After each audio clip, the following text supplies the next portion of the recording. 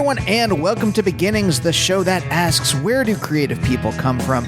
My name is Andy. I'm the host of the show and a writer and performer based in Los Angeles, California. How is everyone out there in Radio Land doing? I, as always, am exhausted, so I will keep this intro brief. Naomi and I have been pitching a show these last 2 weeks and have spent the past months getting ready for this moment, and so we are just but despite my exhaustion and despite every episode, I realize this, I'm like, almost every episode begins with me saying something like, yeah, I'm real tired, so if my word choices aren't great, that's because my brain can't think fast enough. And after a while, I'm like, maybe you should be getting more sleep.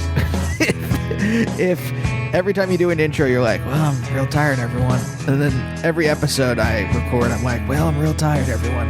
Maybe that's a sign of something. I don't know. I have a yearly physical coming up. Talk about it there. Today's episode, this is brilliant. This is Gabriel Kahane. And if you don't know who Gabriel is, I will read you his bio right now. Originally from Venice Beach, California, composer and singer-songwriter Gabriel Kahane has been making albums for almost a decade and a half, starting with his self-titled album, which was released on Family Records in 2008. Gabriel comes at much of his songwriting from a conceptual standpoint. On his 2014 album, The Ambassador, he used 10 addresses in LA to write songs from the perspectives of characters both real and imaginary. His 2018 album, Book of Travelers, was based on a cross-country train trip he took, and his first concert work, Craigslist Leader, set real Craigslist ads to music. In addition to his songwriting, Gabriel has also been commissioned to write dozens of pieces for orchestras, festivals, and theaters, and his latest album, Magnificent Bird, was just released at the end of March on None Such Records. It's wonderful. I listened to it over and over as I was driving around Los Angeles. I just like it a ton, and like I said, he's a contemplative dude, and so we get into it in this episode, and it gets pretty philosophical. I don't know if I was as nuanced as I would be in ideal conditions. I think I held my own, though. Maybe, I don't know. You decide. You can tweet at us if we get things wrong. But I hope you enjoyed this talk as much as I enjoyed talking to Gabriel. Just some quick housekeeping before we get into it. You can find me on Twitter and Instagram at Andy Beckerman. Twitter, mostly just dumb jokes. And as you'll hear in this episode, I do not engage with the furious zeitgeist on Twitter. I just type a dumb joke and then go on my way, and hopefully it hits. Instagram is just animal pics and Naomi, so also I try to keep that pretty safe. And I got some great episodes coming up. Wonderful talks with comics writers like Mike Allred and Ryan North. Wonderful talks with other musicians such as Victoria Park and, Casper Kelly. Great TV writer, has written so much stuff for Adult Swim, and just a hell of a nice dude. So look forward to that. You can subscribe to the show wherever you get your podcast from if you want to. But other than that, without any further ado, here's Gabriel.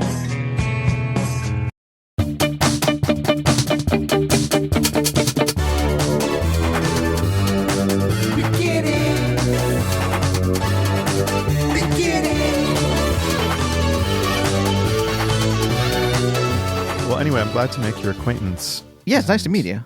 I like your new album a lot. Thank you. Thanks for listening.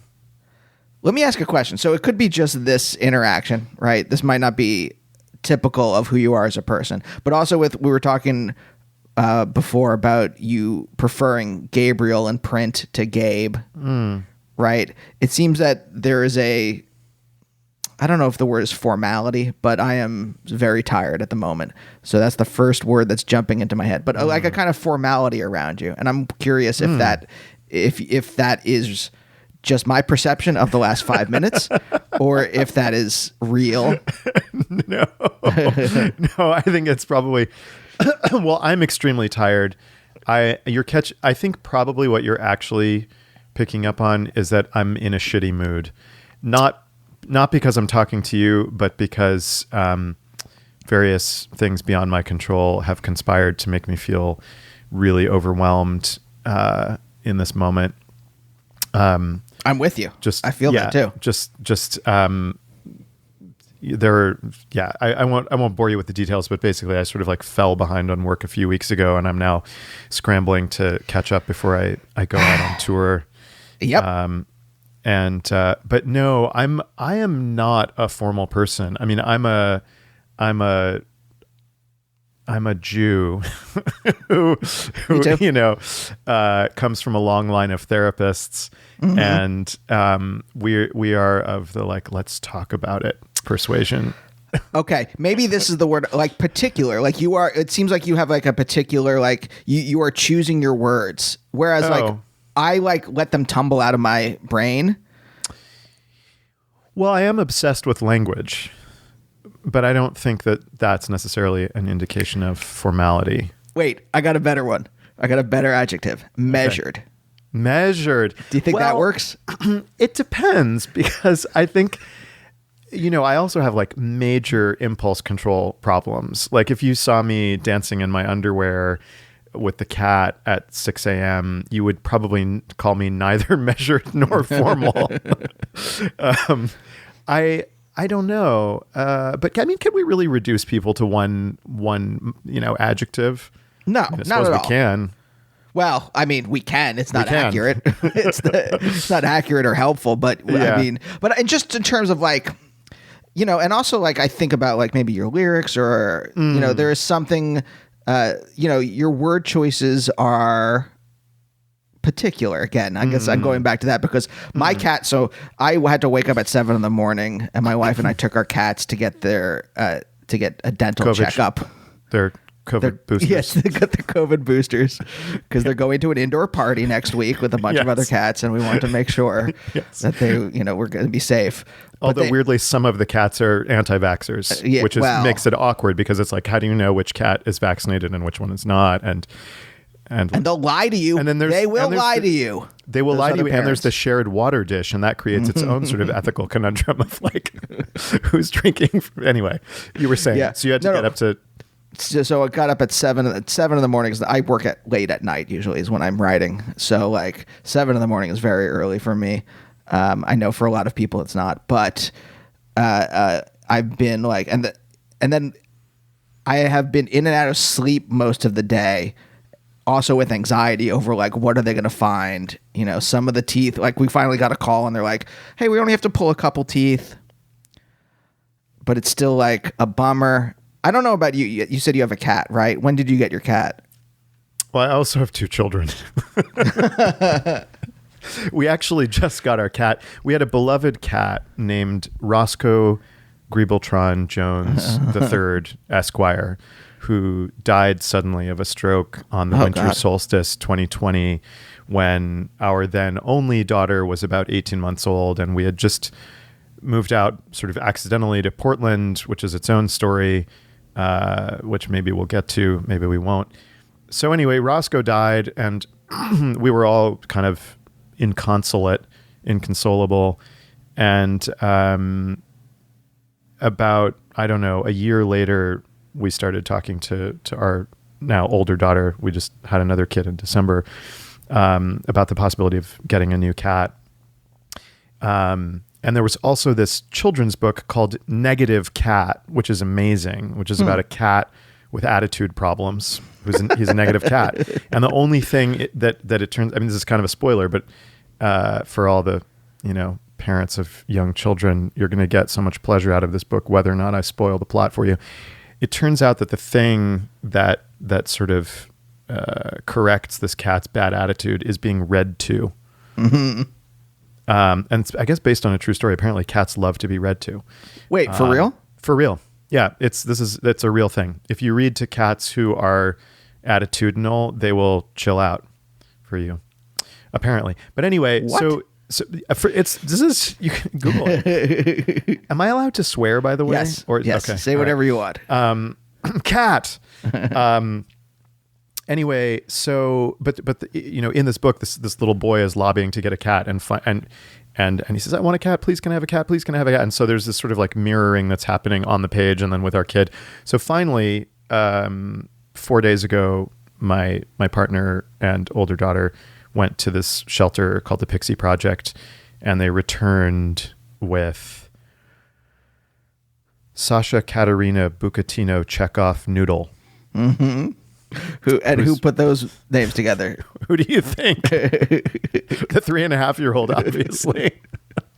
But anyway, you were just asking me a question about having a cat. So I've had a cat for 4 days again. 4 days. But you've had a cat before. When I first got Squee and Prembly, they're brothers, it was not common knowledge that you have to brush their teeth. That's a British fashion house, right? Squee or Prembly? I have no idea. Prembly? I see. See, I'm slow. Okay. Here, this is the thing. Like, so it is giving me a lot of anxiety now. I'll finish this a little bit. It's giving me a lot of anxiety now. They have to pull their teeth, and I'm like, am I being judged? And also, like, is this going to hurt them? I don't want them to be in pain. All the kind of stuff that you feel when you have pets, and probably feel more deeply if you have children.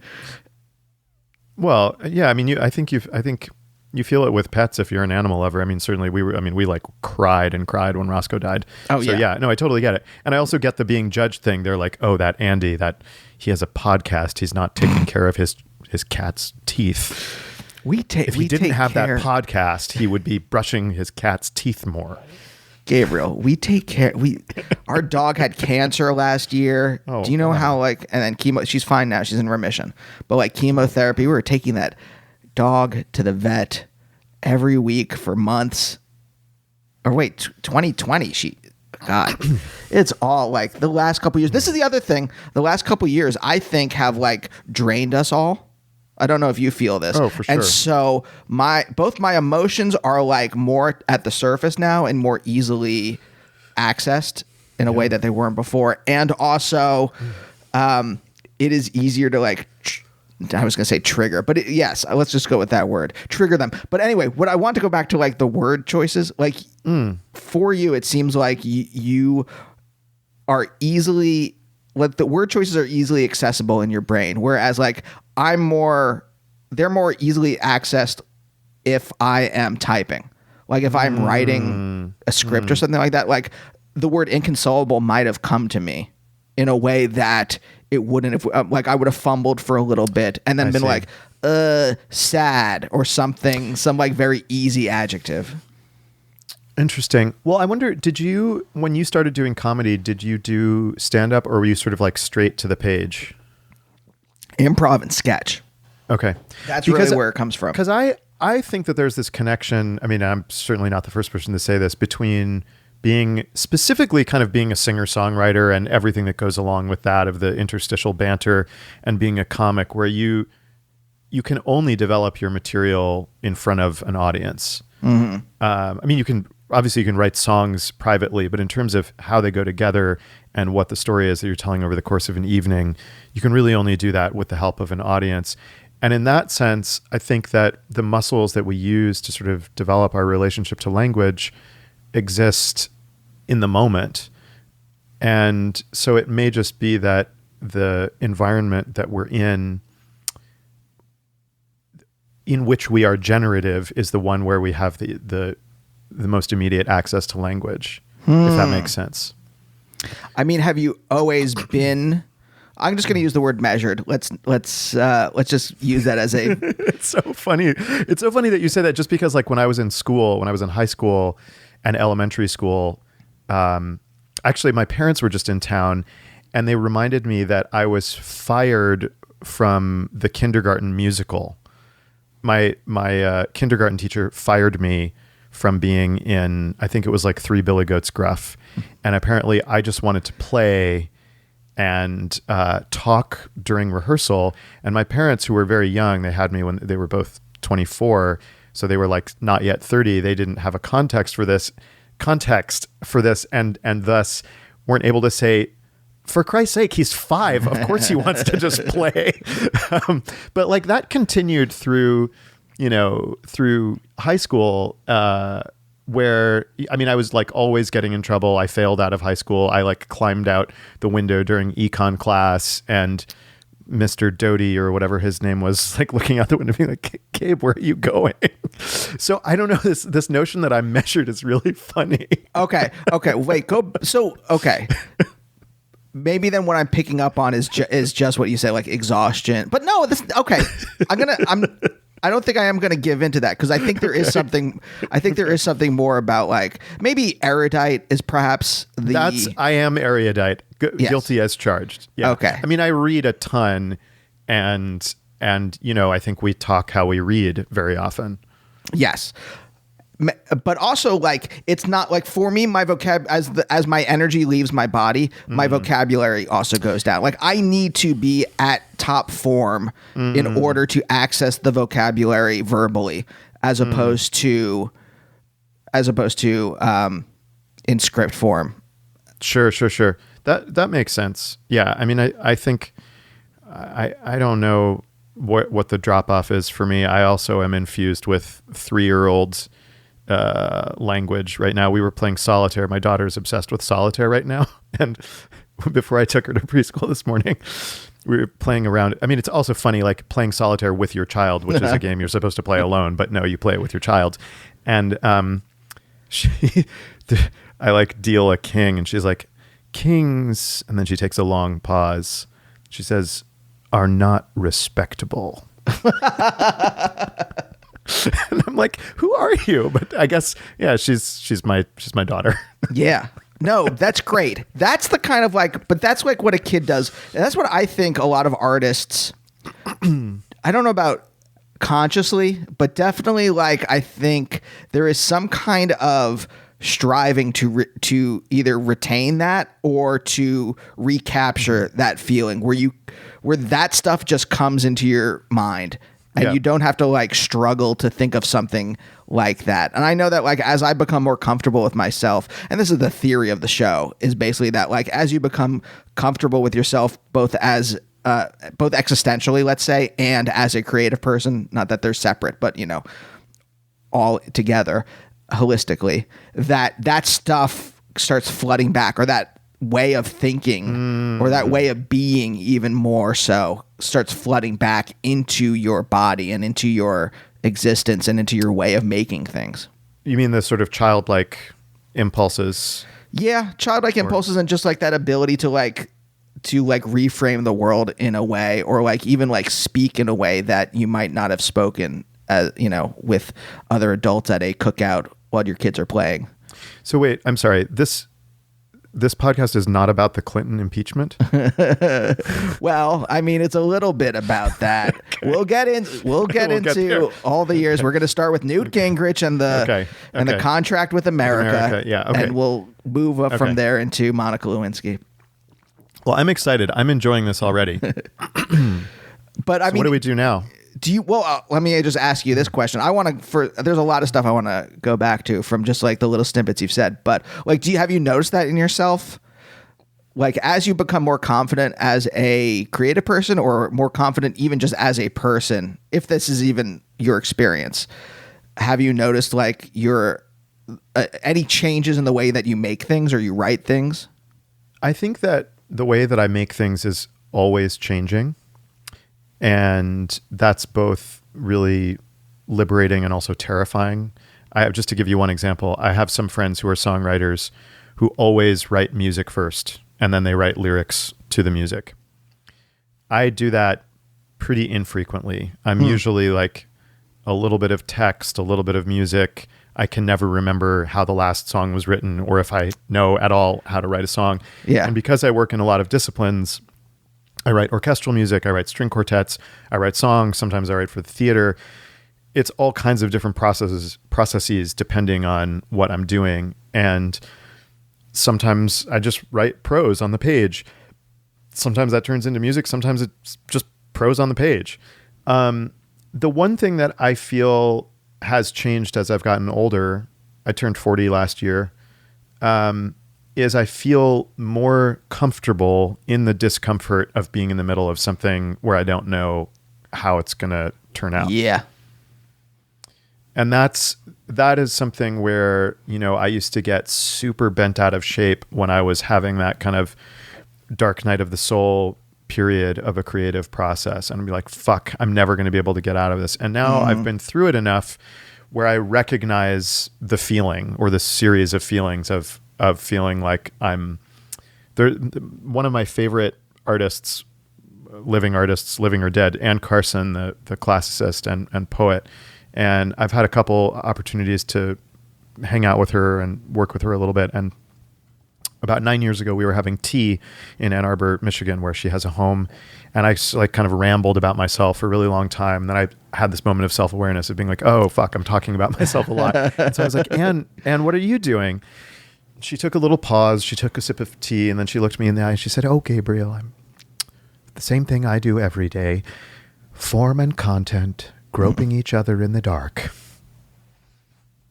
And I was just like, damn, that's it. And it's like the thing about maturation as an artist is you get more comfortable with groping in the dark. Yeah. Yeah. I think just in general as a human being, and also it's something I'm working on in therapy, is being okay with the gray areas. Because I grew up in a very Manichaean.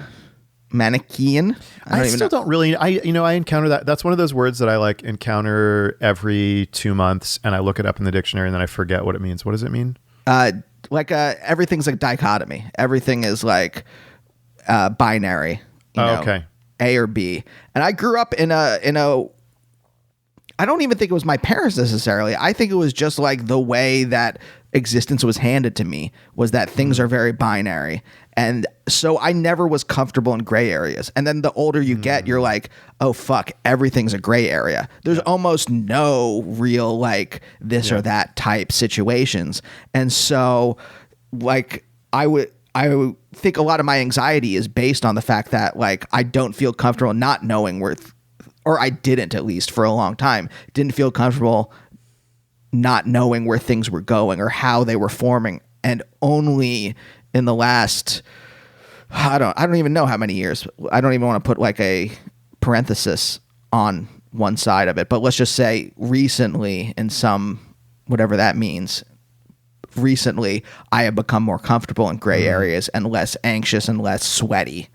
And I think that is just like getting older in some way. I mean, doing the work as well, right? Well, we also, we do live at a time when, at the risk of being the 9,000th person to say this, like we have a lot of different platforms and ways of communicating that don't lend themselves to ambiguity or nuance or I mean, I also, from the moment you said gray area, I'm thinking about like nuclear red lines and like what is Putin's gray area? Which, maybe by the time this airs, we won't be laughing because we're going to all be in a fallout shelter somewhere. I really hope not. But I do think that, ambiguity is such a beautiful thing and not knowing is such a beautiful thing. And there is a lot of great art and journalism that traffics in ambiguity and in nuance. But of course, by the time it reaches Twitter, sure, one line has been cherry picked that turns it into something. I mean, this just happened actually with the DSA, Democratic Socialists of America, with their statement about the war in Ukraine, where there's this one line that talks about NATO and imperialism. And that became the essence of their statement, even though it was like one line in 5 paragraphs, to the point where you have Democratic lawmakers distancing themselves from this like entirely reasonable statement. And that's just like the most recent example in my mind of the way that it's very difficult as an artist or as a journalist to express anything that is sort of like dialectical without the fear that someone is going to choose one side of the dialectic and run with that. Yes. So, I mean, this is a larger project I've been like trying to do something with. I don't know what it would be, maybe a podcast series. I really want to do a documentary, like a podcast documentary, but do you know Adam Curtis? He did like The Power of Nightmares and Hypernormalization, and he's a British documentarian. He's maybe one of my favorite people. It's great. I think based on just us talking now and your music that you would like him. But he does these they're almost, I don't even know what to call them. They're documentaries for sure, but they're very poetic and they're very poetically put together. And my basic thought is that the Enlightenment died in World War I, and we've been living in its corpse ever since. And so in that, the Enlightenment was very about putting everything in existence into a certain box and defining it down to its basic quark, right? And why World War I? Because so part of the Enlightenment, the idea behind the Enlightenment is that doing this, being the most rational we can possibly be, is in order to build a great society. Lowercase g, lowercase s, not like the Johnson administration. Yes. And by the time you get to World War I, and all our rationality did was build these weapons of mass destruction that murdered millions of people around the world, that idea kind of dies then. But I'm drawing a graph in the air because I can't think of the word, but like the drop off in that idea is like slow. So we're still like living in it's now like, I think kind of collapsed totally, but definitely when we're around the same age. And in the 80s, you still had that idea that, you could define things and then you could just like sit back and not have to worry about ambiguity and worry about gray areas. I mean, it's a really interesting premise on the one hand, and then on the other, I'm reminded, this is going to feel like a little bit of a tangent, but it's going to relate back to what you're talking about. Do you know the book Amusing Ourselves to Death by Neil Postman? I've seen it, but I've never read it. It's an interesting book. It was, kind of a cult classic in the 80s. And he's sort of lamenting the decline of civilized literary society. And one of the things that he points to is, as evidence of this great literary tradition, is the Lincoln-Douglas debates. And he quotes from them, and he's like, look at how incredible these men were at speaking, off the cuff for hours and hours, and people sat and they drank it up without ever talking about the fact that what they were debating was whether or not chattel slavery should be legal. And one of the things that I've wrestled with as someone who can be, a little bit of a like Luddite reactionary. I am, after all, the guy who took a year off the internet sort of in protest of surveillance capitalism and the ways in which I think the internet, not only is damaging to democracy and polarization and so on and so forth, but also just like our basic ability to love each other, which I'm finding as I start to talk about this album, I'm realizing that like my project as an artist is really to like learn how to love better, and in so doing, I hope to help other people learn to love each other better. But one of the things that sort of I flagged in reading Postman is that at the same time that he's witnessing this decline or alleged decline in culture, more and more people are free. And it's not, he sort of thinks of the age of television as being sort of like the great decline of Western civilization. And on the one hand, yes, but that also accompanies the Civil Rights Act and the Voting Rights Act and the United States becoming for the first time something resembling an actual democracy.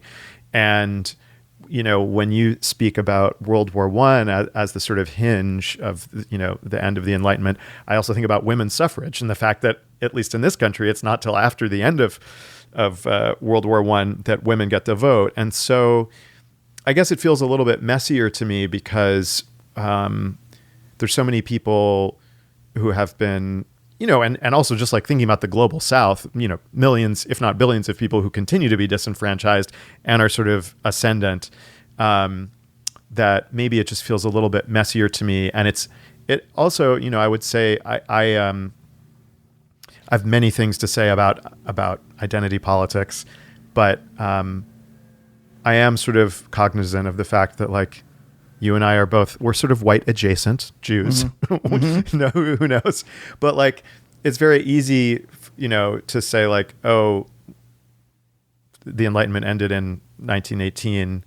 But then I'm thinking about, Black Americans, women, trans people, gay people, who all are entering into some version of the Enlightenment in the last 50 years. And which is not to say, going back to ambiguity, that, these things are not mutually exclusive. It's possible that one part of civilization is in decline while another part of civilization is ascendant. Well, I think the thing that I'm trying to do is just describe. I'm not saying this is good or bad. In fact, I would probably say it's good in a certain sense because it is so limiting. The Enlightenment, this idea of everything can be defined down to its basic quark, that it is too limiting. And so, but we're in this interregnum where no new paradigm has really taken over. And I feel like that's why we're lost. I feel like there's this, I forget the guy who coined this phrase, but he called it like ontological dizziness, because there is no kind of like central paradigmatic understanding of the world. We're all just grasping for things. And some people grasp, I'm not saying this is good, but I'm saying they grasp and they grab QAnon, right? Right. And some people grasp, whatever. Well, speaking of Derrida, that's also postmodernism though, right? Because I think that, postmodernism is very destabilizing. It is inherently destabilizing by design. And, this idea of subjectivity and where power resides and so on and so forth. But I also want to just flag that you've now twice used the word quark, which I'm really excited by, because I never use the word quark. In fact, I don't think I've ever used it in a sentence except to quote you. And I also want to flag that you said interregnum, which is one of my favorite words, which I use all the fucking time. It's a great word. It's such a good word. Just on its face, even forget what it means. Just on its face, it's a great word. I have used it mostly to describe the moment between the original Wuhan strain and Delta. The interregnum between, when we were like, we're free. Yeah. It was for a couple months, and then I was cowering back inside. But let's think about it like this: as the Enlightenment dies, and as by the way, the decay rate, that's the word I was looking for before. Okay. As the decay rate goes on, and the tail stretches out in this graph in my mind, and also in the air with my fingers. That look at what's happening in the world. Like when I was a kid, when we were both kids, right? Trans men and women, it was a punchline. It was like you didn't think of trans men and women as, and by the way, you being just like culture in general. I don't mean you and me. Because I was raised in a household that respected all people. So, but I'm saying that it was a punchline as opposed to, I don't know, when did culture start? Obviously there are the reactionary fascists that are pushing back now, but I don't know, a couple of years ago where culture was just like, oh wait, everyone's a human ? And that's I think that's only because we stopped trying to define everyone down to this basic string. Now I stutter because I'm I don't want to say quark again. No, so I went great. to, not that string theory is upheld, but still. So I get what you're saying. So that actually, when we let go of this obsessive tendency to categorize, it can be liberatory. Yes, and I think it actually is liberatory in that. So on one end of, it's just kind of what's the famous Walter Benjamin essay, The Work of Art in the Age of Mechanical Reproduction. Yeah. What I really like about that essay is that he's talking about everything. It's a great essay. But one of the main points is just he's not judging the age of mechanical reproduction. He's saying hey, it's good that yes, you're not getting the aura from the actual artwork by standing in front of it, but now it's kind of democratized in a certain way. In the same way, I'm saying that yes, we're feeling this kind of ontological dizziness. There's this thing we can't grasp onto perfectly anymore, but it's also liberatory for so many people. in a way that it wasn't when it was like stifling, previous to the 90s to 2000, whenever you want to like market that, like we're getting a little more.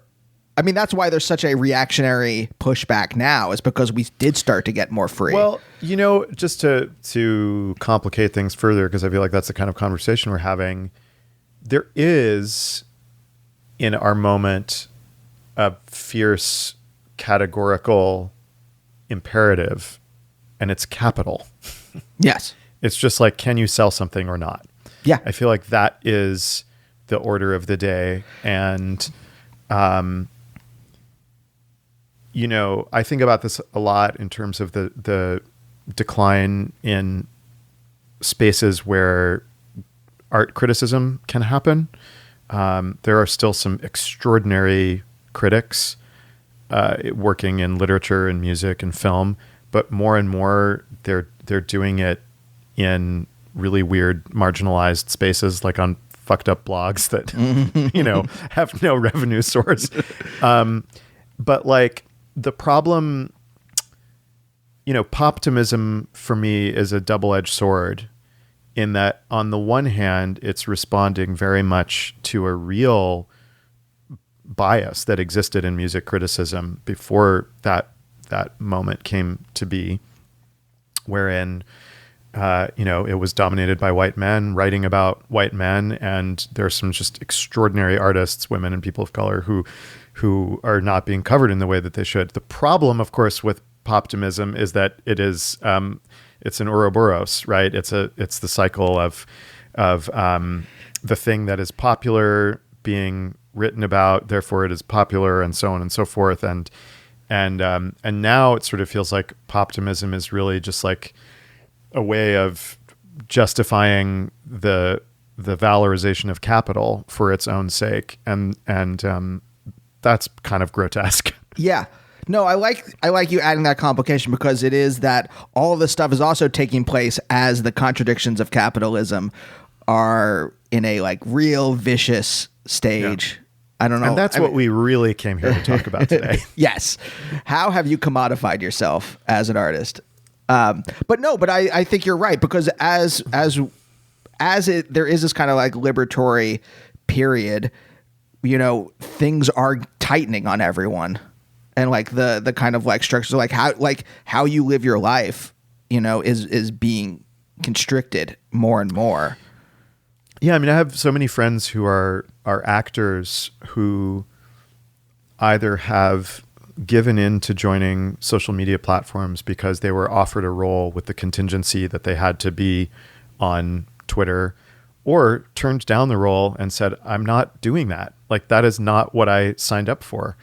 And I think that I am trying to maintain something closer to the latter category, even as I've been sort of in fits and starts using social media again as this record is coming out into the world, but trying to do it in an intentional way, the same way that I would hope to be intentional about pollution.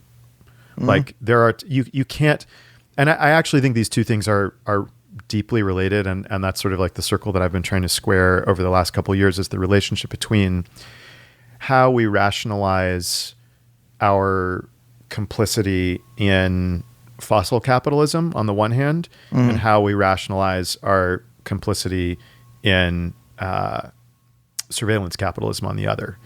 So, on the one hand, we think, well, it's convenient, right? I mean, it's all about convenience, basically. Yeah. Mm-hmm. Whether we're talking about climate or talking about surveillance capitalism, the rationale has to do with this notion that efficiency and convenience have intrinsic value. And my skepticism that that's the case, I mean, and obviously they don't have intrinsic value. They only have intrinsic value if profit is your motive, right? Or fame is your motive.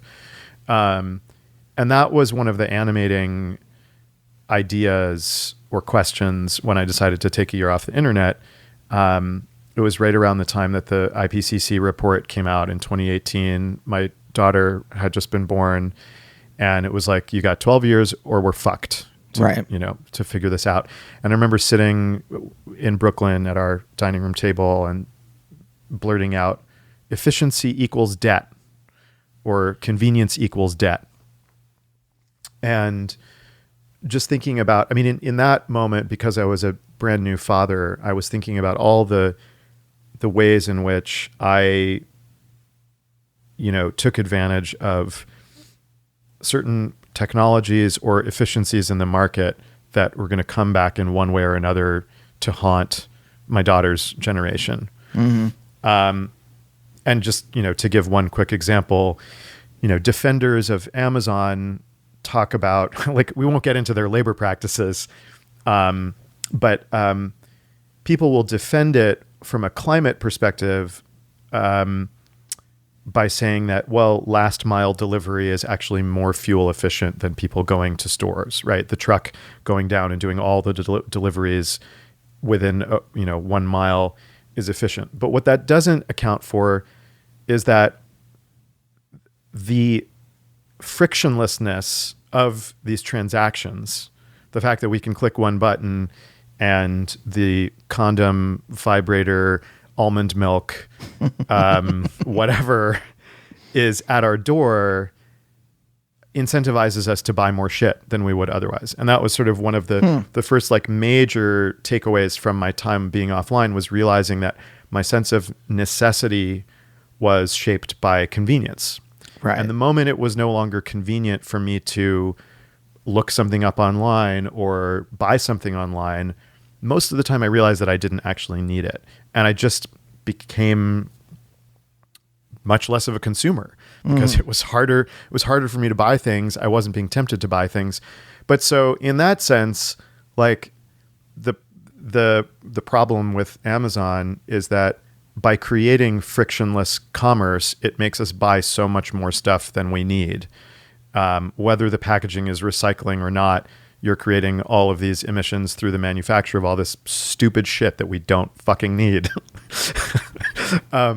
So anyway, I've lost the thread a little bit of how we got into this wormhole, this rivulet, this stream, Tributary. I guess I was talking about the impulse to take my year offline. I don't know. Do you remember what we were talking about? No, it really did flow into this. But I do want to go back. Let me throw another adjective at you, that you are a thoughtful person. Because I'm curious if you were... Now, you said when you were younger, you were maybe more impulsive. But like, I'm still impulsive. You're still impulsive. That doesn't mean I'm not thoughtful. I feel like saying that someone's thoughtful is a compliment no matter what. I hope. Yes. No, it is a compliment. But like when you were younger, were you like this? Or is this something that's just like, as you've grown and maybe read more, you have become more thoughtful, more maybe empathetic, like more knowledgeable about the world, and therefore like, because you could have the same amount of knowledge you have and be a psychopath. So I think, first of all, my laugh sounds like I'm a smoker, which I'm not. I'm still getting over some weird illness that I got from my 4-year-old. We were at a party, late at night, and anyway, I had some weird. I just sort of like poked around a few weeks ago when I heard that I was going to do this podcast, and understood that it had something to do with beginnings, childhood, so on and so forth. And I was thinking about sort of my origin story, and I guess I would say a few things. One is that when I look around at my peers, despite the fact that my father is a concert pianist and a conductor, and that music was always in the house, there are ways in which I feel like I got a late start in treating art as my profession. I sang in operas when I was a kid, but it wasn't like, this is my career. I'm going to do, like, I'm a child actor, and I'm going to, I sang professionally with the Houston Grand Opera when I was 12. But I didn't have stage parents because, stage parents are usually sticking a vicarious claw into their children's back. And my parents didn't have to do that because like my dad is a extremely successful concert pianist and conductor. My mother is a psychologist, and I want to put a pin in that because I think her influence on my music making is almost as important to what I do now as my dad's influence. I mean, I love my parents, and they're both amazing, and I feel like I am very much their child in the work that I do. But I also think that in the same way that I was a late bloomer creatively, I moved to New York after college thinking that maybe I was going to do theater. Maybe I was still interested in improvised music and jazz. I had just barely started writing songs. I hadn't done any formal composition. That came later in my late 20s. And I think similarly, I think on the one hand, I like to think that my heart was always in the right place as a human being, but that I lived something of a sheltered life. And it was really, I guess in my early 30s, probably around the time I was making The Ambassador, which is an album I made about Los Angeles, that I started to recognize both that I was developing a small but real platform. I had a small but devoted fan base, and with that came some kind of responsibility, and also an awareness of the kinds of advantages that had accrued to someone of my educational background and economic background. Not that I grew up wealthy, but grew up certainly, in the top of whatever it is to be like upper middle class in America. And this question of like, what do you do with that? I have very complicated feelings about the word privilege. The historian Barbara Fields, I don't know if you've read her book Racecraft. But I think it's sitting on the pile back there. I think it's a truly extraordinary, and I will not be as eloquent as she is in the book that she co-wrote with her sister. But she says something basically to the effect of, when we label as privilege qualities and rights that ought to be universally held, we are normalizing the injustice that's experienced by all the people who don't have these things that ought to be universal, and instead sort of treating as an object of guilt what ought to be, universal freedoms. Mm-hmm. And that's something that I think about a lot, because I do see so much hand-wringing on the part of, I think, very well-intentioned white progressives who might, and it can also sort of lead into this navel gazing of like, let me look into the soul of my whiteness, rather than let me devote my energy to, rooting out housing discrimination, rooting out the racial wealth gap, rooting out, so on and so forth. Yeah. I am, so before when you mentioned DSA, so I'm the new co-chair of the Immigration Justice Committee in DSA LA. And one of our projects is to close all the migrant detention centers, concentration camps here in California. I mean, it's not easy. We're talking about like fighting a $1 billion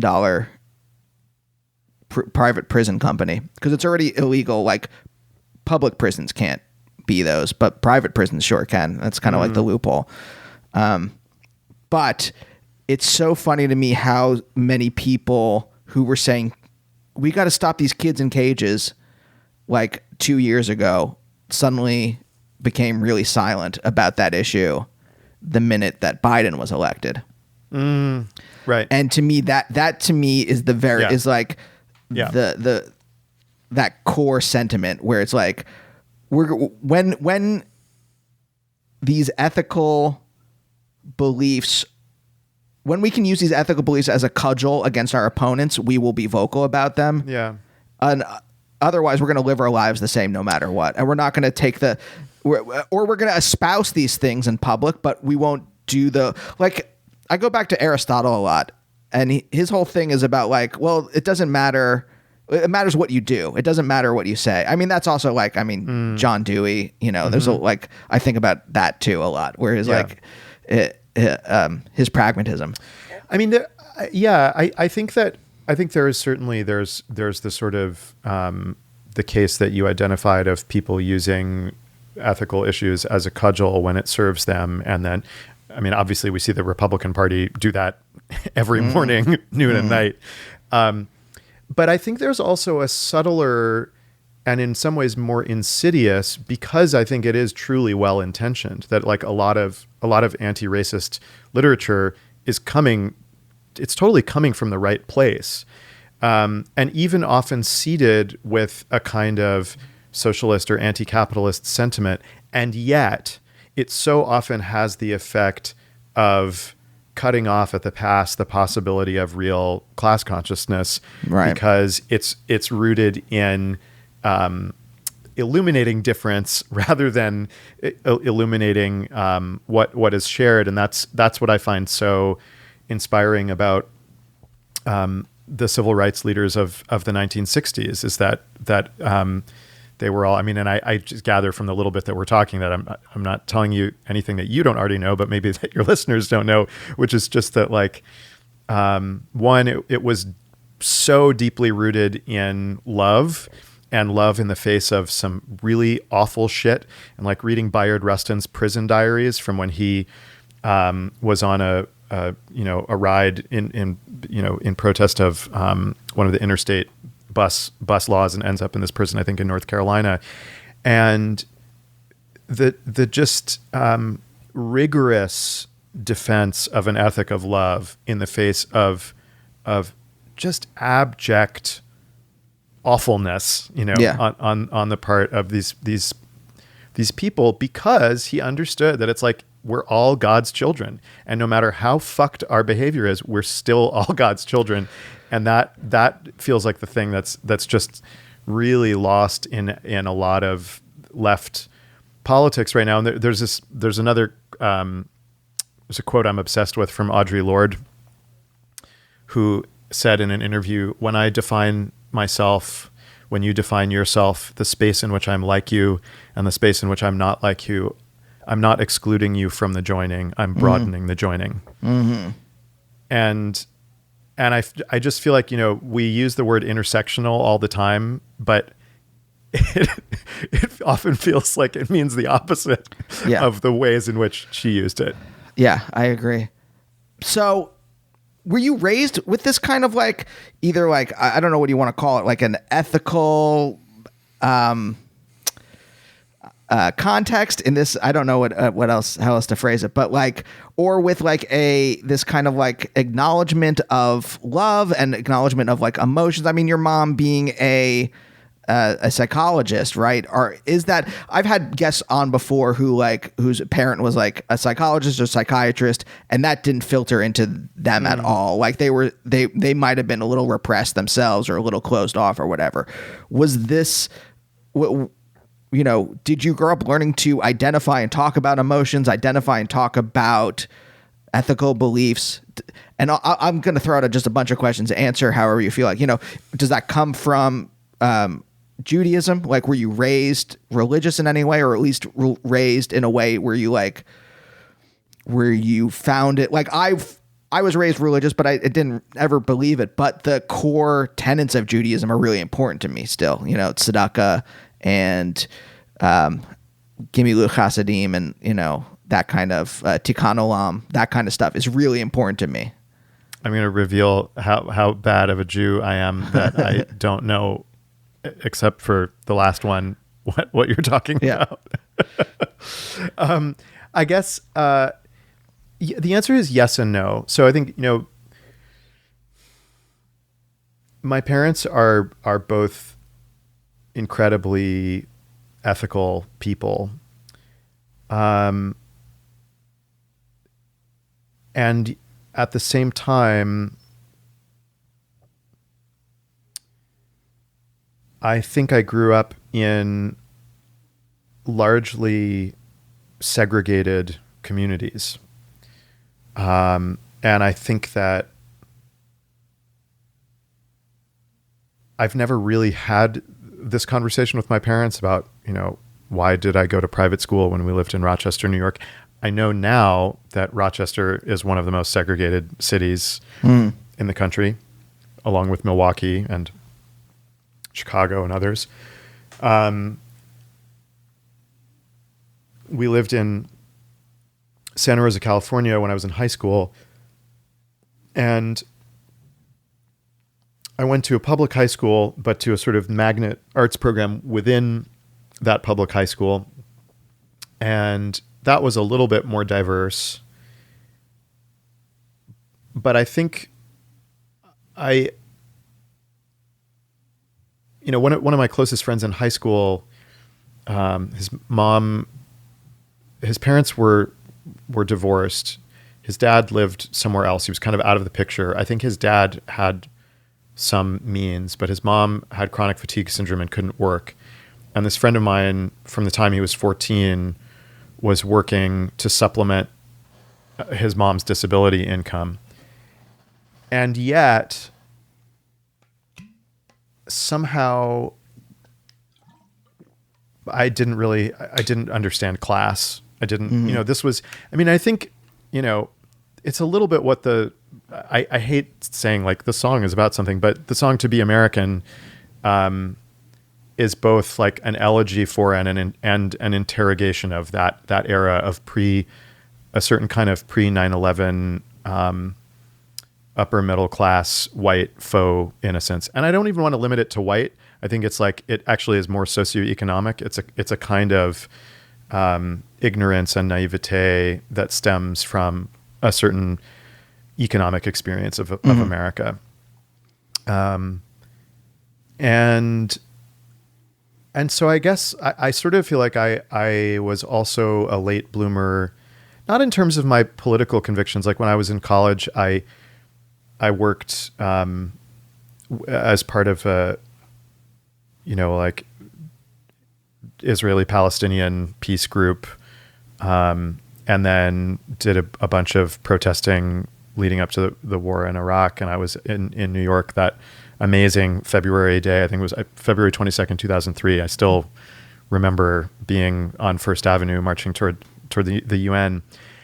But it wasn't informed by a sort of like holistic politics. And I think that the things that sort of radicalized me kind of grew out of research that I did in my work.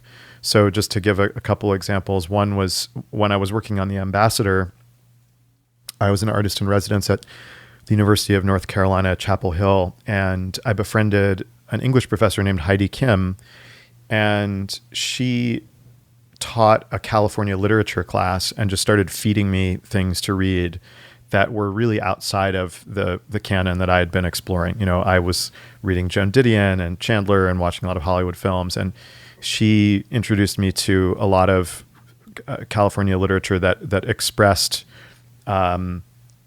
communities that were not a part of that map. And then the book that she led me to that was sort of transformative for the project was a book called The Contested Murder of Latasha Harlins, which was written by Brenda Stevenson, who's the chair of African American Studies at UCLA. And it chronicles the murder of Latasha Harlins, who was a 15-year-old African American girl who went into a liquor store on a Saturday morning a few weeks after Rodney King had been beaten on videotape. She went to buy a bottle of orange juice and ended up being shot in the back of the head by the woman who was one of the shop owners. It's significant to the sort of larger story of what was happening in Los Angeles that she was Korean. There was huge Black Korean tension leading up to this incident, and I encountered that book in the wake of George Zimmerman's acquittal for killing Trayvon Martin, and the thing that, of course, occurred to me that occurred to so many other people was that it seemed in a lot of national media that it was Trayvon Martin and not George Zimmerman who had been on trial. Right. And in writing the song about Latasha Harlins, which is called Empire Liquor Mart, the thing that I most wanted to do was to find some, to the extent that there's any salvation in a child being murdered, I wanted to find some kind of salvation, and that was to celebrate her as a child and as an innocent. And I think, that was it's a 9-minute song, and it's a song that took me about 6 weeks to write, and a lot of research before that. So that was sort of like, that was a moment where I started thinking about the black body for the first time. A few years later, I took this train trip, which led to an album called Book of Travelers. That was in the aftermath of the 2016 election. And there I was sort of sending my empathy in a different direction. It was basically like, I do not believe that there is a transitive property of douchebaggery, that if you vote for a Donald Trump, that you are a bad person. I just can't. And that sort of goes back to this ethic of love, right? We all most of the time think we're doing the right thing. And what is broken in our country that led 60 some odd million people and then 70 some odd million people 4 years later to embrace this, hoodwinking carny. And that was also transformative because it revealed to me prejudices that I had developed sort of in the opposite direction, where like I was on the train and I was seeking out all the people of color. But if I saw someone like in a Carhartt vest and a trucker hat, even though those were precisely the people who I wanted, and I realize I'm being super reductive here, but those are the people who I'd gone on the train to talk to. And I'd left my phone at home, which is sort of a footnote to the new album, because somewhere during that trip, I thought to myself, oh, I should do this for more than 2 weeks. I should do this for a long time, because it really is transformative. But nevertheless, I would see folks who I sort of assumed as being, of Trump's America, and I had to will myself into conversation. And invariably, those conversations were amazing and not at all what I thought they would be. So that's put me further on a path of just like really trying to deal with humanity writ large. And then in 2018, I made a piece called Emergency Shelter Intake Forum for the Oregon Symphony in Portland, where I now am because of this accidental move that happened in part because of the Oregon Symphony. And for that piece, I read a lot of housing policy, tax policy, really got inside like how the Great Society was broken by Reagan. I volunteered at a shelter in New York. I interviewed a lot of people who'd experienced homelessness. And that, along with reading Matthew Desmond's incredible book, Evicted, fundamentally changed the way that I saw the American economy.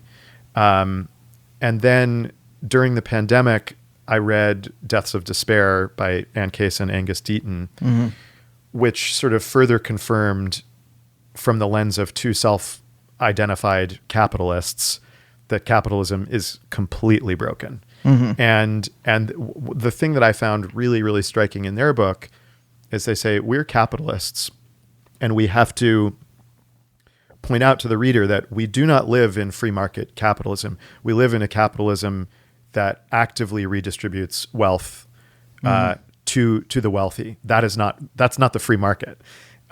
We are believers in the free market. That's not what this is. Right. Government policy redistributes wealth upward. So this is there's a David Harvey line from his book on neoliberalism where he's just talking about basically like this. It's just class warfare. That this period that we're in is just fighting back against the labor advances of the 50s and 60s or so, or 40s and 50s. Yeah. So I guess, this is a super long answer. I have no idea how you will edit this. Not at all. But to your question of, was I always this way? And I think, no, I think I'm sort of like the poster child for the late bloomer. I think it's very difficult for me to distinguish between what I do as an artist and what I do for myself as a person. And I think that that's probably true for a lot of artists, but not all artists. So I feel like when I'm growing in my work, it's helping me to grow as a person and vice versa. Yeah, I think that's true for, I mean, a lot of people. I don't want to make blanket statements, but like that empathy was there when you were younger? I think so. I mean, and I think that's really like, I think my mom has this weird superpower, and I don't know in terms of the chicken or egg. She began actually as a singer and then as a voice teacher, and just out of college teaching voice, she found, teaching voice is a very, very, intimate, vulnerable thing, because you're dealing with an instrument that is in our body. And we cry, singing is crying in a way. And she found that she was talking to her students as much about their psychological predilections as she was about their vocal problems. And so she became a therapist. And I don't know whether her ability to just get people to sort of pour their souls out to her. And I've watched it happen over the years, where it's like she doesn't know someone very well. She encounters them for the first time, and within minutes, they're just like telling her everything. And I think, for better and possibly for worse, I inherited some part of that, which I experienced a lot on the train in 2016. Some of that is just the dining car. It has this sort of communal thing about it. But even taking that into account, people just started talking to me about their deepest, darkest shit for weeks, for 2 weeks, for, I don't know, 60, 70 meals over the course of, it wasn't that many meals. It was 70 or 80 people over the course of 2 weeks. So yeah, I mean, I think it's weird, because like, I do think that I'm a pretty empathetic person, but I'm also profoundly narcissistic. Sure. And I always find it really interesting, that intersection, because I think that there are, maybe in the arts it's more common. I mean, I certainly have friends who are like this, who are both really deep feelers, really, really able to kind of throw themselves completely into somebody else's experience, but are also really self-centered. Sure. Well, there's a, I'm don't know how to phrase this exactly, but there is a way in which you can start to weaponize your empathy. And it's like, if the narcissism takes over, it's a delicate balance, and you have to be very self-aware so that you don't tip into one side. I mean, I guess it's not that dangerous to tip too much into empathy, although it is like painful. I will say this, like being like a sensitive person. I don't mean this in like I'm not like bragging. But I just mean that like it's painful to feel other people's emotions. But yes, but like but narcissism, if you tip too much into that, then you can start to weaponize that in a bad way. I see that a lot here in Los Angeles. Yeah, it's funny you mentioned the dangers of empathy. The one time I was in therapy 15 years ago, I'd gone through a bad breakup, and I wasn't clinically depressed, but I was really, really sad. And so I went to see a therapist for about 6 months, and she said this really interesting thing. She said, you are incredibly empathetic, and on the one hand, that's a really lovely thing. But she said, in this moment, you are rationalizing people's bad behavior toward you, because you're going so into their experience of like why this person hurt you, and justifying their behavior, which is preventing you from getting to your anger, which you need in order to get through these feelings. And I still, I think that is that's the sort of dangerous side of the kind of politics that I espouse, which is this politics of like love everyone at all cost. And there are very reasonable questions to ask about like, well, what is the red line for that? Like, if a Nazi is holding a gun to your head, right. And that also sort of gets to the the center of what is difficult about pacifism in practice.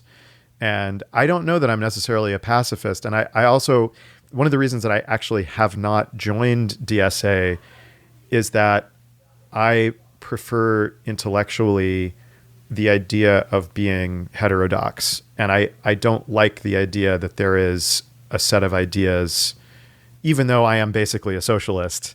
I want the flexibility and the intellectual freedom and nimbleness to draw from different parts of, intellectual traditions.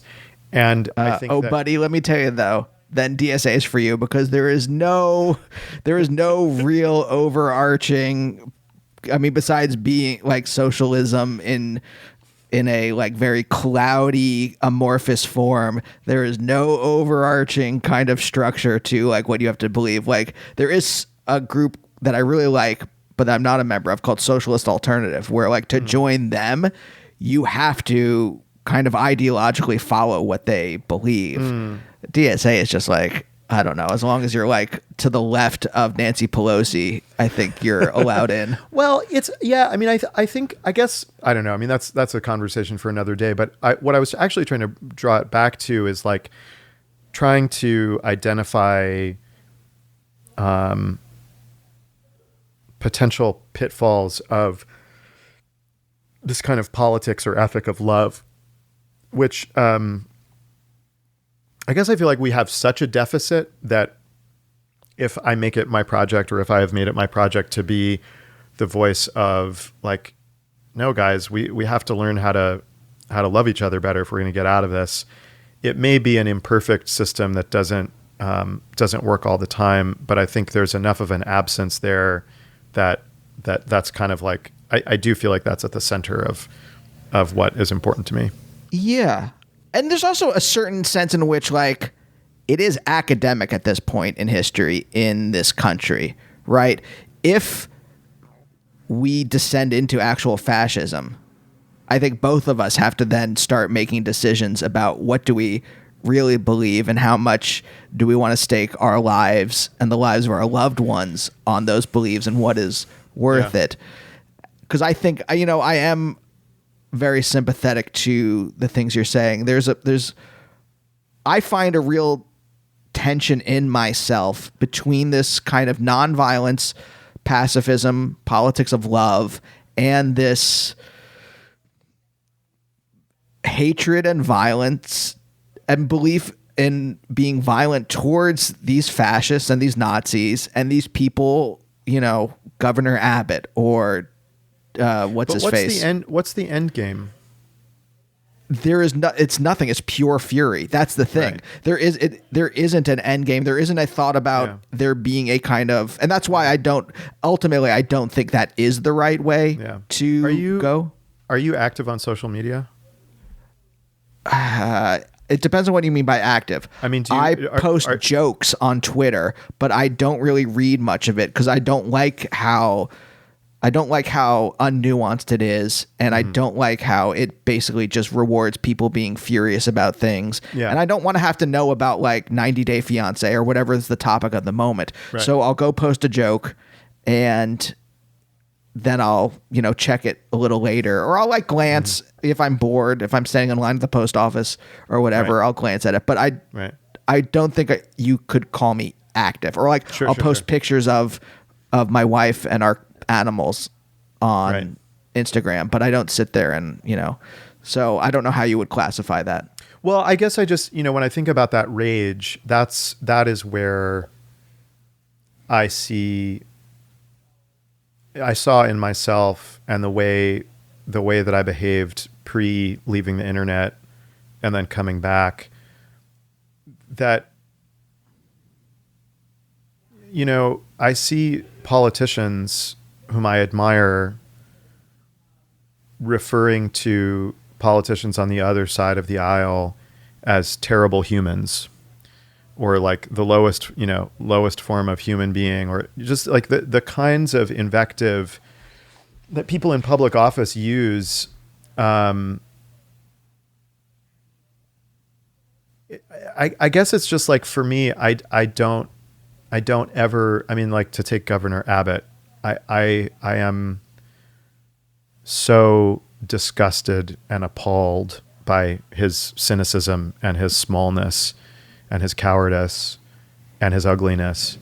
But I don't want to live in a world where it's normal for politicians to say he's a terrible person. Because I think that also, you know, you think back to when sorry, I'm like having this very weird, like, thing happening in my, you're going to have to edit out a lot of funny throat noises. When Dylan Roof murdered those 9 parishioners at the AME church in Charleston, it was in Charleston, right? There were so many murders I think going it was in on. Charleston. But, you know, everyone was like, how can that congregation be praying for Dylan Roof? How can they be, you know, offering him forgiveness? But like forgiveness, a friend of mine said this recently, like forgiveness is only meaningful when the act for the act that you're forgiving is unforgivable. Yeah, I don't know if I have it in me. I think I don't. This is not like a. And you don't have to. And this is not like a Kantian kind of proposition where I think that everyone should follow the thing that I'm saying. I'm just saying that like I don't know if I have that. Totally. I think this anger goes back to childhood. This is why I was kind of asking you, because like I learned about the Holocaust pretty young, and I think from that moment on, and my parents are pretty. I was going to say pretty. I did say it, but what I really mean is like extremely ethical people, right? That they like in deed, not just in word. And I grew up attuned to justice and injustice in a very deep way that it was linked to my emotions. And so seeing injustice isn't just like, oh, this is not fair, I think everyone should have a fair shake. It actually is like, it's kind of painful to watch it. And so like, and I think that's where this like fury comes from. And I don't, you know, obviously, like I said, I'm in therapy and stuff like that. I don't know if that'll ever cure it. I don't know if that'll. Well, and I don't think we all have to have the same relationship to how we experience injustice, nor should we. And in fact, I was just reading an amazing book called How to Blow Up a Pipeline by Andreas Malm. Yeah. Also on that pile, I started reading it and then it, you know, landed on the pile of books as I got engrossed. And I've been reading JR by William Gaddis, and that kind of took over. Oh, amazing. That has taken over everything. So I loved that book, and what I actually found most edifying about it is the way that he sort of teases out the relationship between nonviolent movements and their more radical militant counterparts, and the way that they're always doing this dance.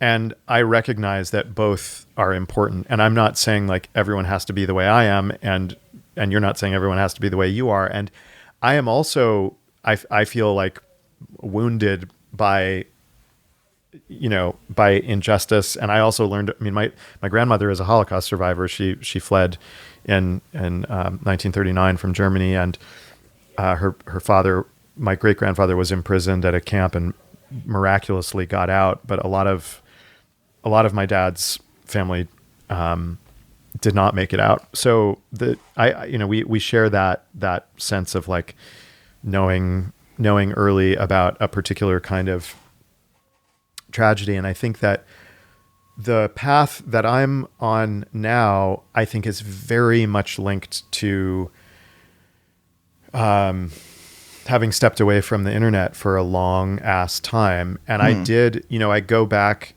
when I came back online, I downloaded my Twitter archive from when I joined in 2009 to 2019, when I pieced out for a year. And it was really interesting looking at the kinds of self-righteous performative posting that I used to do. Like in particular, you know, 2 of the best performing tweets that I ever did. One was the formula of, as an X, I am deeply offended by Y. It was, as the grandson of a Holocaust survivor, I am deeply offended by the Muslim ban, blah, blah, blah, blah, blah. And it, you know, got a few hundred retweets or whatever. And then there was this other one where I subtweeted a music critic who had spent an entire review of the pianist Yuja Wang, who famously wears very, very short dresses, talking about her very short dress. And this was like indicative of a kind of tweet that you see all the time where it's like, let me perform woke male feminism. Like if you're a male music critic and you begin to type about the sartorial choices of a female pianist, hit the backspace key until, and it got hundreds of retweets. And it's like, what did that actually serve other than me performing some idea of, I'm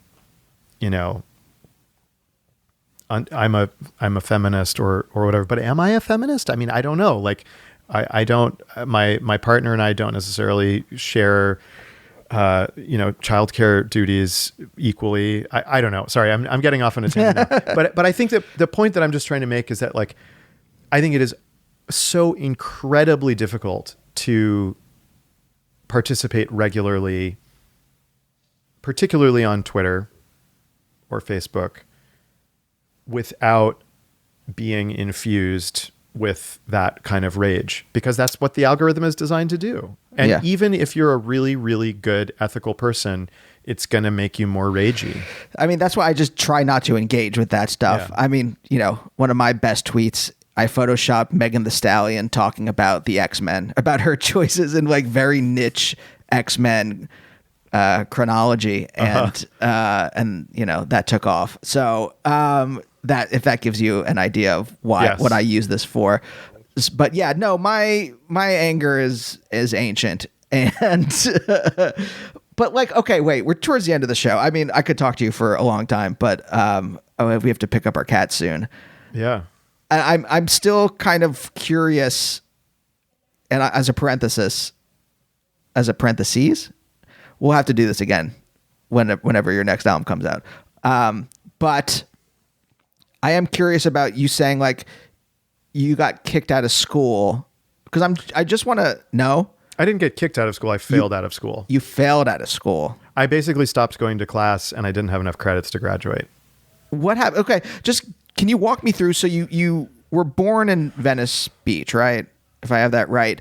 And then at some point did you go from there to Rochester, or was there stops in between? So I was born in Venice in a little bungalow on Vernon Avenue. My parents and I moved to outside of Boston when I was about 2.5, because my dad wanted to be closer to Europe, because he was doing a lot of concertizing as a pianist in Europe at the time. And then my sister was born in 1988. I was about 6.5. And my dad took a job at the Eastman School of Music in Rochester because he wanted to travel less. He was still going to travel, but, because of the kids, wanted to be home more, and they were able to offer, a decent salary. And he was Is that the school that like John Cage taught at in the like 70s or 60s or something? There was some upstate school where like they got a budget at some point, and they brought in a bunch of modern composers. Oh, I wonder if you're thinking of the place in Troy, New York, Rensselaer Polytech. Yeah, it might be that. Yeah. It might be that. Sorry, I didn't mean to interrupt you. Eastman is a little bit more buttoned up. Anyway, so we were there till 1995, which is just when I finished 8th grade, and then we moved to Santa Rosa, California, when I was just about to start high school, and so I was very, very passionate about theater. I was in this incredible drama program at Santa Rosa High School with an amazing teacher named John Craven. And just like as an indication of the kind of, this is in a public high school, and the plays that we did while I was there were Chekhov's Three Sisters, Oscar Wilde's A Woman of No Importance, Carol Churchill's Mad Forest, Tony Kushner's A Bright Room Called Day. Oh, wow. This was like some crazy shit for a public high school. And he was all about Meisner and Grotowski and waiting for the impulse. So these productions were like, they were the most honest high school productions you could ever see, and they were all like 9 hours long, because it's just like kids sitting there waiting for their impulse. And when our teacher if he thought you had jumped the gun and hadn't like gotten your impulse, he was always like weirdly speaking in a Romanian accent that stuck from the time that we were doing Mad Forest, which is about the Romanian Revolution. And he would just from the house, he would say, "I don't believe you," and he would say, and then he would like revert back to his Tennessee accent. He'd say, "Take it again, take it again." "I don't believe you," and so that's where like my heart was very much in those plays, and also weirdly playing chess. I was very, very serious. Like I traveled around the country doing the chess circuit. And like you were ranked? Oh yeah. There's, if you Google "Whiz Kids Teach Chess" and look at the cover and see if you can find me on the cover of this book. I'll give you a hint. I'm wearing a Hard Rock Cafe hat. But it's interesting because like John Craven, our drama teacher, infused me with this sort of notion that like musical theater was awful and that musical theater was all artifice, and which of course, like in one sense it is, but in another sense, spectacle can be transcendent and there can be truth in spectacle. So it took me a long time to kind of like unwind that. But also there's a big gulf between like Sondheim and Dear Evan Hansen or whatever. Yes. It doesn't all have to be like the flashy, Broadway stuff. Yeah, totally. 100%. And so it took a decade, basically. I wrote my first and so far only off-Broadway show, unless you count BAM as off-Broadway, which is not really. In 2012, this piece called February House, which really was, this very small, intimate thing, about a menagerie of artists living together during the Second World War. Benjamin Britten, Carson McCullers, W.H. Auden, Peter Pears, Gypsy Rose Lee, Jane and Paul Bowles. But I was still kind of like unlearning what I had been taught in high school about musical theater, and then being able to apply some really, really incredible training that I had gotten, which I think carries over into songwriting. So I think that like a combination of my mom being a psychologist and having just someone in the house talking fluently and fluidly and with intelligence and love about like how people work and don't work, coupled with the experience of like learning about method acting as a 14-year-old is very much in the songs that I write, whether they're and maybe more often when I'm writing about other people rather than myself. This new record is the first album where I am really present as a character in 10 years. Like I stopped writing about myself for about a decade. And then this one, I am the protagonist, and I don't know that I'm as detailed in writing about myself as I am in writing about other people. And that makes sense in a way, because you can't see yourself. I mean, I guess you can look at yourself in a mirror, but like, how do you look at yourself in a mirror psychologically? Therapy. Right. Yeah. But wait, so were you so engrossed in theater that you just stopped doing everything else? Like, well, how did you fail out? I think specifically I failed. Yeah. I mean, I think basically like I would show up for choir and I would show up for drama, and then I just like didn't go to my other classes. Did your parents care?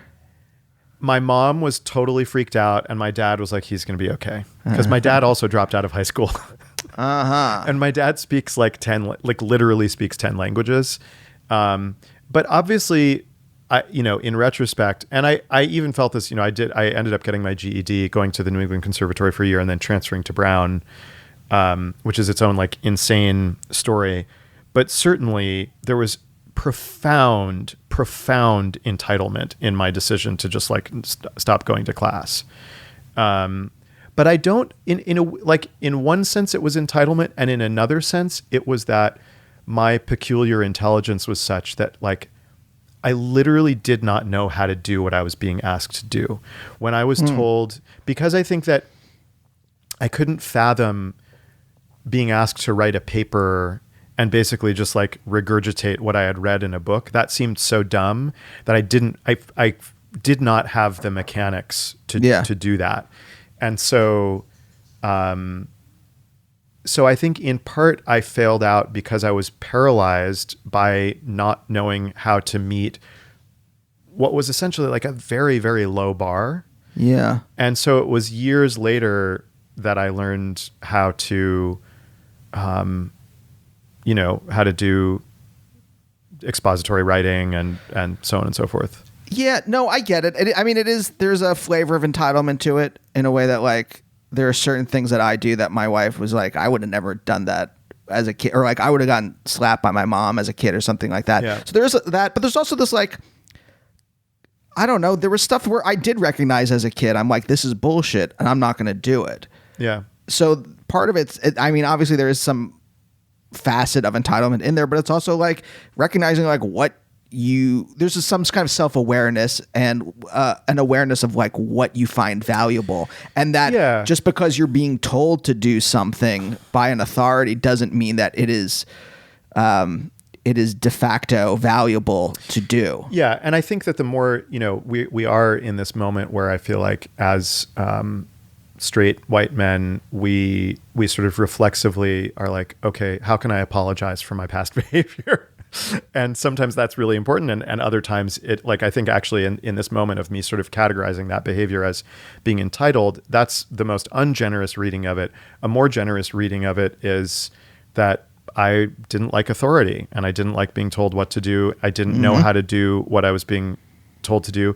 And I worked really, really hard at the things that I cared about. I worked really hard in choir. I worked really hard in drama, and I sucked at physics. Which is funny because I'm actually really good at math, but I couldn't somehow. I think I also have undiagnosed ADD. I mean, for sure. And I've learned a really wonderful piano teacher I had in my 20s named Zita Zohar. She said this incredibly transformative thing. I was probably a year into studying with her, and she said, don't try to will your brain into behaving in a way that doesn't want to behave. Just like make yourself a list of 20 things that you're going to do for 20 minutes. And when you're tired of doing one thing, do something else. Just be productive, but don't try to sit and do the same thing for 4 hours. And I still have to relearn that lesson all the time. But the most successful days that I have are the ones where I make a really, really long list of things to do that all take between like 5 and 20 minutes and do them. And there are certain things where I will get lost in the work, particularly when it's not on a computer, or weirdly, like when I'm writing prose, I will get lost and I'll just like write for 4 hours, or I can sit and work on lyrics for hours and hours and hours. But then there are other kinds of tasks where I have to give myself a break really often, or I start checking email and then that's just a disaster. Well, I'll say this, for, the last 90 minutes or so, you've been very present. So I appreciate that. Well, thank you. It's been a pleasure to chat with you. I had no idea what to expect. Yeah, me neither. And I'm I'm like delighted that we basically like didn't talk about the record at all. Oh yeah, I never try to, unless there is like a very particular thing that I think can lead back into. And there were some things. I mean, we kind of touched on them without having to like. No, we did. No, it's great. Yeah. I really enjoyed this, and like I hope we can be friends. yeah, for sure. On which note, I should probably go if you feel like you have what you need. There is it's never like, what do I need? It's like I get to a kind of feeling, and then I'm yes. Have you had the feeling? Yes, I had the feeling as we got into like that last part, and then once I have that feeling, I'm like, okay.